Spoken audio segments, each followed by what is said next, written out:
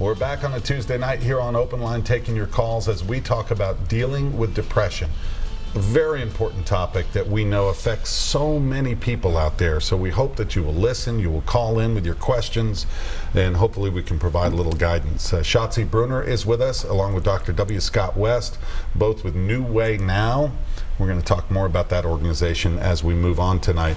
And we're just talking about depression, and I know, obvious question, but what are some common symptoms? I mean, is it just I'm not feeling right, or I want to stay in bed? There's a lot, right? There's a lot that goes into this. There's a big, broad... it's a word that we might need another word to really describe it, but we've got the word depression, and that encompasses part of it, the feeling of being depressed, but it also encompasses poor sleep, poor appetite, poor concentration, and specifically the inability to have pleasure in things that you usually enjoy. That to me is one of the things that kind of tips the scales on how severe it is. If somebody's just lost the ability to enjoy, they're emotionally flat, that's a big worry for me. And there's all sorts of things that can trigger it. I mean, you know, obviously there's life events, there's trauma, there's death in the of loved ones. It goes on and on and on, dealing with grief, dealing with whatever. As Dr. West first said, it's a normal emotion, but not taking care of it is when you get into trouble. Right. Right. All right. 737 plus, let's go to line 2. I believe it's David. Hi, David. You there? Yes. Hi. Go ahead. Welcome. Yes. I'm calling because I wanted to know, is PTSD connected with depression or mental things? Post-traumatic stress. Good question. Listen in. Post-traumatic stress is a separate issue, but it's very much related, and people with post-traumatic stress most of the time have depression. There are nuances of how you split those apart, but a big component of the post-traumatic stress issue is being depressed. Right. All right. Good question. We appreciate you calling. I want to talk a little more about, I know you have this book, The Face of Depression, and just in the break we were talking about the shame factor. Talk a little bit about that, because you had this very public career, very high profile, and at the same time it's kind of like you're hiding. I was hiding completely. Right. And that's one of the reasons I called the book The Face of Depression, because people who are depressed put this face on that everything's okay, and it's not. You can be absolutely miserable inside, but if anybody, oh, I'm great, you know, how are you? Oh, I'm terrific today. And Doc, why is that? That you know, why not? Why is it that so many people will put on that face?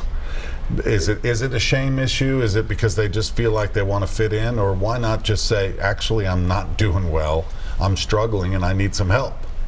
Most people don't learn that it's okay to do that.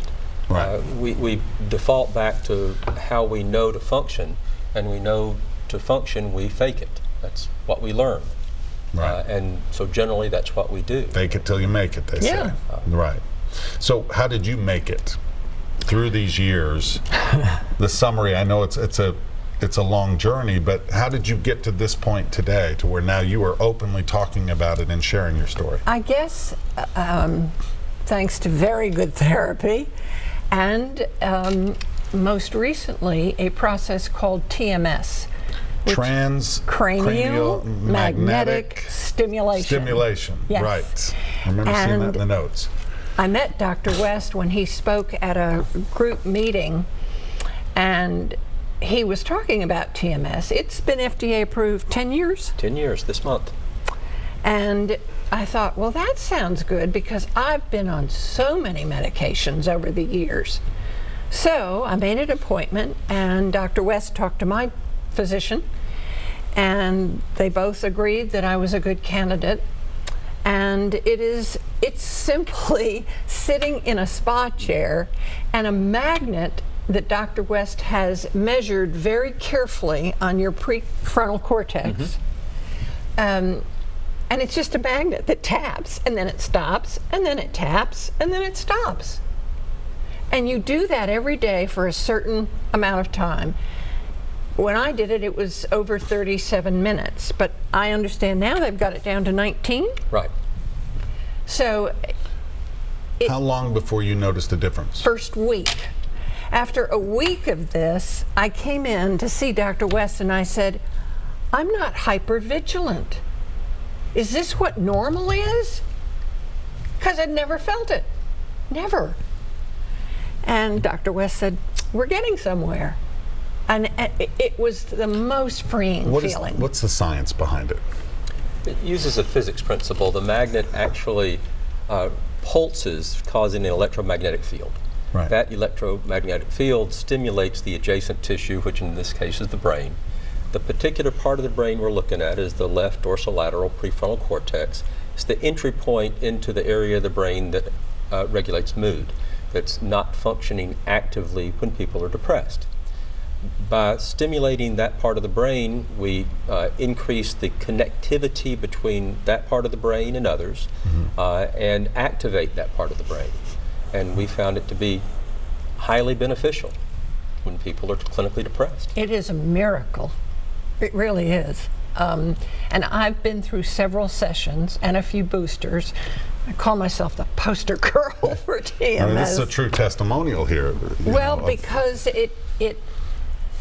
I didn't get off medications. Some people do or lower them, but it has given me a kind of self-confidence I never had before. So now you're seeing the real me. That's great. Yeah. Speaking of medications, I know I've heard of a new genetic test, GeneSight, and there are some others that can, because you talk about there's so many medications, and we see the big pharma, the commercials all over the place, but not everything works for everybody. No. And these gene tests now, they can get into your DNA and say, okay, here's a list of a class of drugs that may work best for you based on genetics. Is that correct? I would rephrase it. Okay. In the American Psychiatric Association came out with a paper earlier this year about this, and the test doesn't tell us which medicines work. It tells us which medicines we metabolize in a fashion where they may have a chance to work. Okay, so we're being careful with the wording, but you know. But they do help to know if somebody's going to metabolize something so rapidly they just get rid of it. Right. There's no reason to take that, and so forth. So it guides us. Guides you a little bit better, a little bit better. And medications have come so far. I was diagnosed in the 70s. And they had these heavy-duty psychotics. Very like sedating and yeah, the side effects were enormous. Yeah. And it's just so much more sophisticated now, and they have so many from which to choose. It's different. Sorry, I've been ignoring some phone calls, guys. We're going to get right to it. Line 3, I believe, is Diane. Is that right, Diane? Are you there? Diane. Hi. Diane. How are you? I'm good, thank you.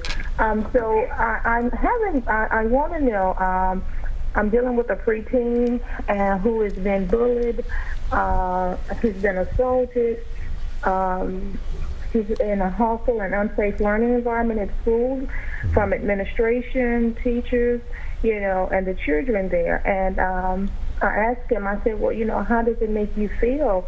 You've been assaulted by a teacher. Nothing has been done about this. And he said, it makes me feel miserable. No. It makes me feel sad. And I said, so he said, but I pray for them. And I said, my God, so I'm trying to understand, and the other day he said to me, he said, I hate my life. And I said, oh my God, this is too much. What do I do? What grade is he? He or she? He's a 7th grader. 7th grader. That's and he tough. dealt with this. Yeah, he's been dealing with this since he was in the 6th grade at the same school. Right. With the assault and the bullying and the harassment and the intimidation. So what does it do to try to help him? That's a good call. All right, hang on, Diane, and we'll talk with our experts. That's a tough age too. Oh, it's a tough age, and you talked earlier about environment and circumstances. Sometimes they come together. Growing up is difficult. When we add to that the stresses of school, it's difficult.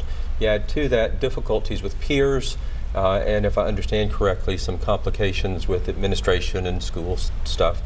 It makes it just very difficult for the student as well as the family, the parent. I would suggest he needs to talk to somebody. The entry point can be a difficult place. Sometimes the entry point needs to be the school. Sometimes the entry point needs to be the pediatrician. Sometimes it might be a minister. But it's finding that entry point. So my suggestion is to get him in front of somebody where he can talk and they can professionally evaluate what's going on. And maybe, you know, if need be, and it's difficult, might not be realistic, but moving schools or getting him into a different environment. That would be on those list of possibilities. Yeah. I wouldn't know the answer to that. Yeah. Diane, good luck. We hope you get some help and reach out. You know, like you said, start with a pediatrician or someone in the faith-based community to help this young man. Let's go to Lucy on line 1. Hi, Lucy. How are you? Hey, y'all. Hey. Hello. Good to hear from you. Well, thank you. I have got a couple of questions. The first one is, both of them are for the psychiatrist. The first one is, can you define negative thoughts? And we are talking about clinical depression, correct? Yeah. This is not just feeling sad one day and okay the next. This is somebody where clinical depression is affecting their lives. Absolutely. It's okay. Yeah. All right. So can you define negative thoughts? And the other thing is, this is something I'm starting to see more and more, like in the baby boomers. Most of my friends have been much, much older than the baby boomer generation. But it seems like with the baby boomer generation, you know, a lot of things are perception, but it seems like we've got to a point in our society that we feel like people have something that we don't have. You know, how you were talking earlier about, you know, how are you feeling? Oh, I feel great. We're faking it too much because we want to fit in, or society wants us to fit in. Right. And my question is, doctor, is there an association between depression and passive-aggressive behavior? Like, you know, they can fake it off to everybody that they're great, but then somebody that they feel envious of, I guess is the correct word, they try to wreck their life and bring them down into the hole with them. Have you seen that? I'll hang up and take your responses off the air. Thanks, Lucy. Appreciate it. Let me respond to about what negative thoughts are first. And negative thoughts are, I think it's something that we think of ourselves in such a negative way, and there's a time to be self-critical. We evaluate things. How did I do with so-and-so? And I could have done better. That's fine. But when the negative thinking becomes persistent, it becomes problematic. In terms of the issue with depression and passive-aggressive behavior, there's not an absolute connection with that. People can be passive-aggressive and be depressed, but they can also just be passive-aggressive. Yeah. People that are on the receiving end of that passive-aggressive stuff, that's one of those external stresses that can precipitate more depressed thinking. Yeah, that makes sense on both sides. All right, we're going to take another break, everybody. We got wide open phone lines, everybody, 737+. Give us a call. We'll be right back with more Open Line after this.